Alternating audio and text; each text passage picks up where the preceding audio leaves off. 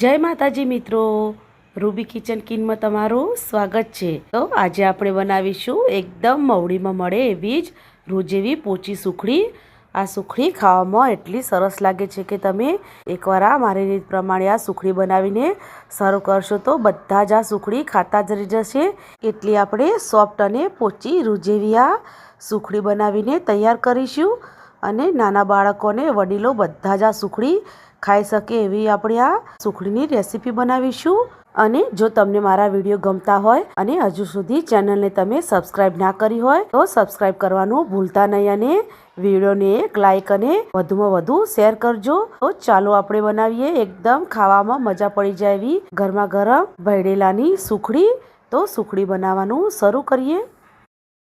સુખડી બનાવવા માટે આપણે આ રીતના વાટકીનું માપ સેટ કરી લીધું છે। તો એક વાટકી જેટલું તો આપણે જાડો ઘઉંનો લોટ આવે છે, આજે તેની સુખડી બનાવીશું। જાડા ઘઉંના લોટની સુખડી ખાવામાં એકદમ સરસ લાગે છે। તમે જે રોટલીનો લોટ આવે છે તેની પણ સુખડી બનાવીને ખાઈ શકો છો। અગાઉ મેં ઘઉંના ઝીણા લોટની રેસીપી મૂકી છે, ત્યારે આપણે આ જાડા લોટની સુખડી બનાવીશું।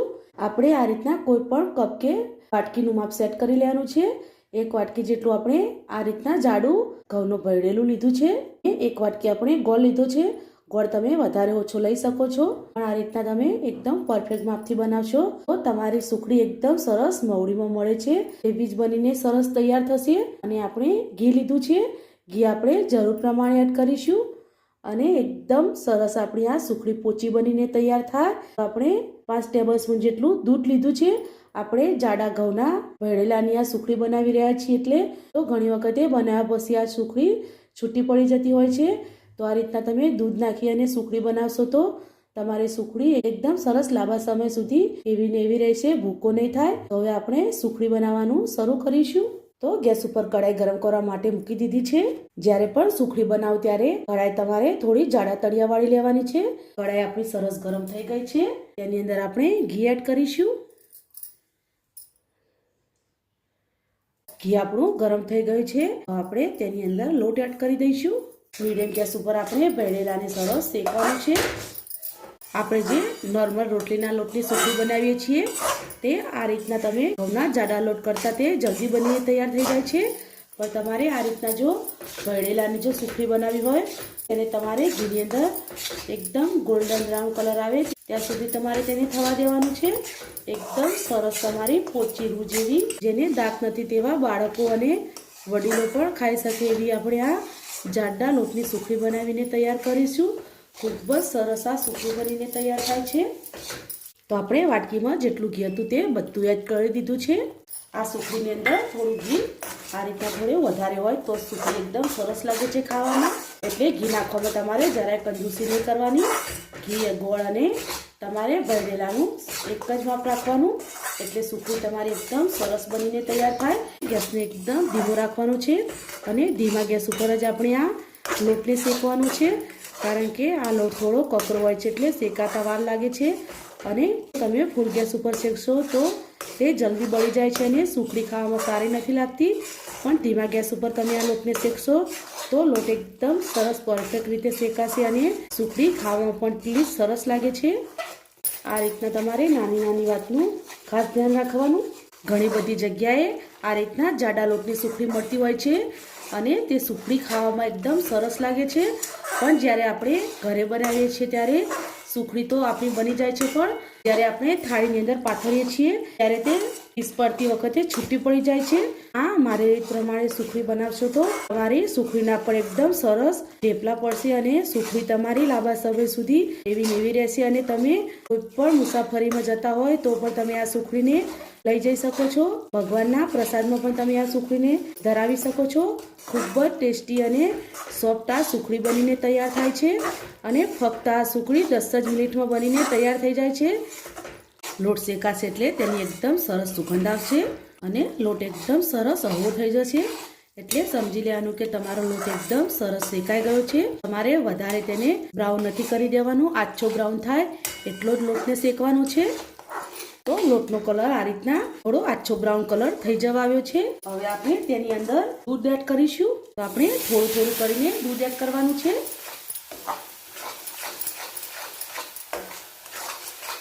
આ આપણે આ રીતના દૂધ એડ કરીશું અને આ રીતના મિક્સ કરતા રહીશું એટલે દાળો એકદમ સરસ સોફ્ટ થઈ જશે.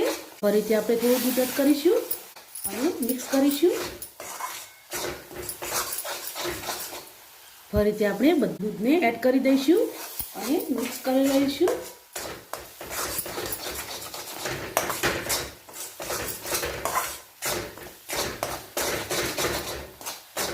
એકદમ સરસ આપણે આ રીતના સુખડી તમે બનાવશો તો તમારી સુખડી પણ એકદમ સરસ દાણેદાર અને તમે આ સુખડી જ્યારે ખાશો તો તમને લાગશે કે તમે સુખડીને પણ થાબડી પેડા ખાતા હોય એટલી આ સરસ સુખડી બનીને તૈયાર થાય છે અને એવો જ તેનો સ્વાદ આવે છે. તો આપણું બધું દૂધ લોટની અંદર એબ્ઝોર્બ થઈ ગયું છે. હવે આપણે જે ગોળ લીધો છે તે એડ કરી દઈશું. ગેસ આપણે મીડિયમ જ રાખવાનો છે અને ગોળને આપણે મિક્સ કરીશું. આ રીતના તમારે ગોળને ઝીણો કાતરી અને પસી લેવાનું છે.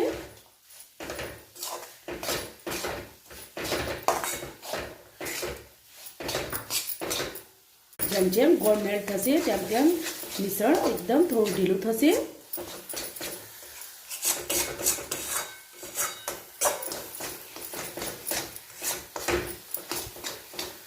આપણે આ રીતના કન્ટિન્યુ હલાવી જવાનું છે. ગેસને આપણે એકદમ ધીમો રાખવાનો છે. આ રીતના દબાવીને કોઈ પણ ગાંગડો હોય ગોળનો તે સરસ તમારે ભાગી દેવાનો છે.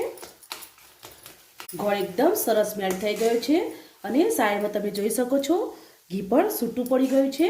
હવે આપણે ગેસને બંધ કરી દઈશું અને આપણે આ મિશ્રણને થાળીની અંદર પાથરી દેવાનું છે. તો આપણે થાળીને ઘી લગાવીને આ રીતના તૈયાર જ કરી રાખી છે. હવે તેની અંદર આપણે સુખડીના લોટને તેની અંદર એડ કરી દઈશું અને હવે આપણે થાળીની અંદર આ રીતના સરસ પાથરી દેવાનું છે. તમારે જાડા કે પાતળા કઈ રીતના તમારે પીસ રાખવા છે એ રીતના તમારે સુખડીને પાથરવાનું છે. આ રીતના કોઈ પણ વાટકી કે ગ્લાસને તમારે લઈ અને આખી થાળીમાં પાથરી દેવાનું છે. તો આપણે આખી થાળીમાં સરસ પાથરી લીધું છે અને હવે આપણે અત્યારે જ આપણે તેના આ રીતના કટ લગાવી લઈશું. જ્યારે ગરમ હોય ત્યારે તમારે કટ લગાવી લેવાના.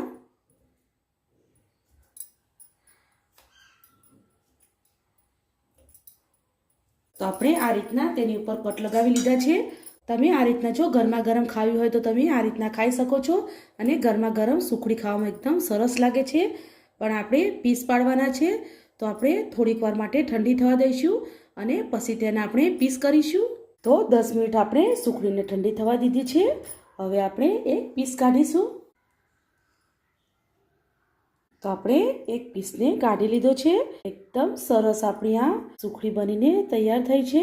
તો એકદમ સરસ પોચી રૂ જેવી આપણી આ સુખડી બનીને તૈયાર થઈ છે. ઘણાને આ રીતના પ્રોબ્લેમ હોય છે કે જાડા ભરેલાની સુખડી તમારી બન્યા પછી ભૂકો થઈ જાય છે. પણ તમે જોઈ શકો છો એકદમ સરસ સોફ્ટ આપણી આ સુખડી બનીને તૈયાર થઈ છે. ખાવામાં પણ એટલી ટેસ્ટી લાગે છે આ સુખડી. તો એકદમ રૂ જેવી પોચી અને મવડીમાં મળે એવી જ આપણી આ રૂ જેવી પોચી સુખડી બનીને તૈયાર થઈ ગઈ છે અને ખૂબ જ ખાવામાં ટેસ્ટી લાગે છે અને ફક્ત 10 જ મિનિટમાં આ સુખડી બનીને તૈયાર થઈ જાય છે. એકદમ સરસ તમે જોઈ શકો છો. જરાય સુખડી તમારી આ રીતના ભૂકો નથી થતી. તો તમે પણ આ જ રીતના હવે દૂધ નાખી અને જાડા ભરેલાની સુખડી ચોક્કસથી બનાવજો અને મને કમેન્ટમાં જરૂરથી કહેજો કે તમને આ સુખડીની રેસીપી કેવી લાગી. જો તમને આ સુખડીની રેસીપી ગમી હોય તો અમારા વિડીયોને લાઈક કરો, શેર કરો, સબસ્ક્રાઇબ કરો અને ફરી મળીશું એક નવા દિવસે એક નવી રેસીપી સાથે. તો અત્યારે બાય બાય.